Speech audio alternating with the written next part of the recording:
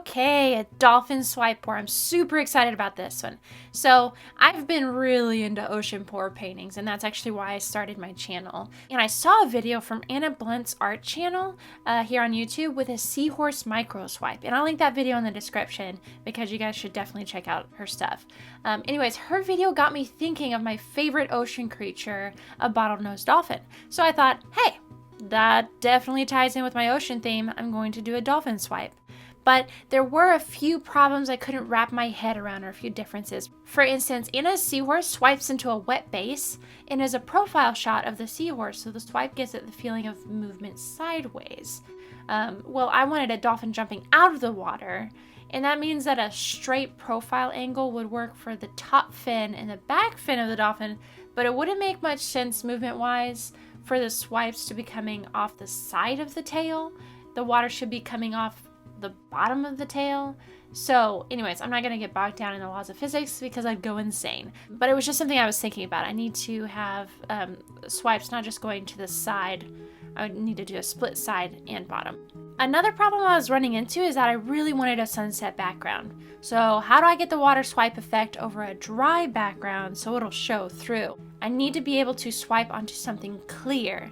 So this was the game plan. Mask off the dolphin and have a dry sunset background, then use silicone to be my clear base where the water swipes are coming off the dolphin. So I'm just going to use clear contact paper and cut out a dolphin shape. Then I press it down to apply it.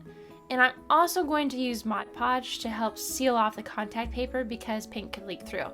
So I let that dry.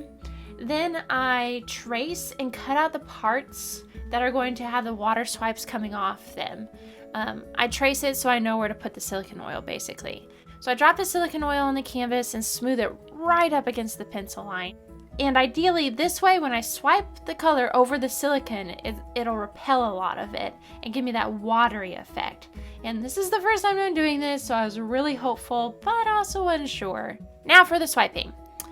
I don't pour right up to the pencil line where I trace the shape out because I know I'll have a lot left over to drag over.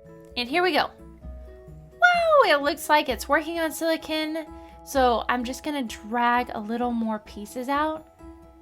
And there's a big streak here I wanna get off. So it looks like the paint already started to seep into the background, so it's a little smeary. But I think in the future, if I just applied a lot more silicone next time, it would repel it even more and prevent smearing if I need to wipe some of it up or it's a shape I didn't like.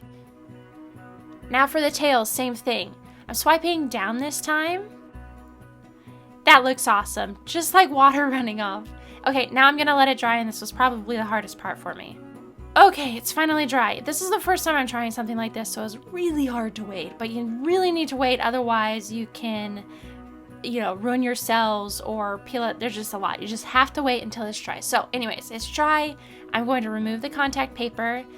I'm very gently cutting the seam with an X-Acto knife because the paint was so thick it doesn't tear at the seam. It'll just stretch, so it does need a little bit of a slice there to break it apart. Alright, it's looking pretty good. There are a few parts I want to touch up, so I'm just going to clean the whole thing because it is covered in silicone oil. Then I'm going to paint over the spot on the fin that leaked through. Not too big of a deal. And the tail water runoff looks fine, mostly, and I just can't help myself because it's the experimenter in me. I just want to see what it looks like if I break up this area a bit more. And I do kind of like that better.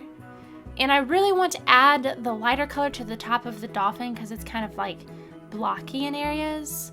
And you certainly don't have to do this, but I wanted to add this brighter contrast look, so I just used some leftover pour paint. And it's really pretty easy to do because you just kind of like follow some of the existing darker cell lines, and that'll kind of structure where you should move the lines. And a skewer or toothpick works really great for dragging out those really thin, wispy lines. And then a little touch up to this area, and then whoo, okay, done. So here we go. So my thoughts, next time I'm going to use a brighter ocean palette, just like I do on my ocean swipes, to get those cells really popping. I used gray and like a muted teal this time because I thought those resembled a dolphin more, but next time I'm just gonna definitely use my go-to ocean palette. And I'm going to use more silicone on the outside to create a stronger barrier. And for fun, I might try the wet on wet technique too, and then paint the background, and then do the silicone swipes to see how that all goes, if that's a bit easier process. So anyways, check back for another dolphin pour, or subscribe and click the bell to get notified when I upload new videos. Thanks!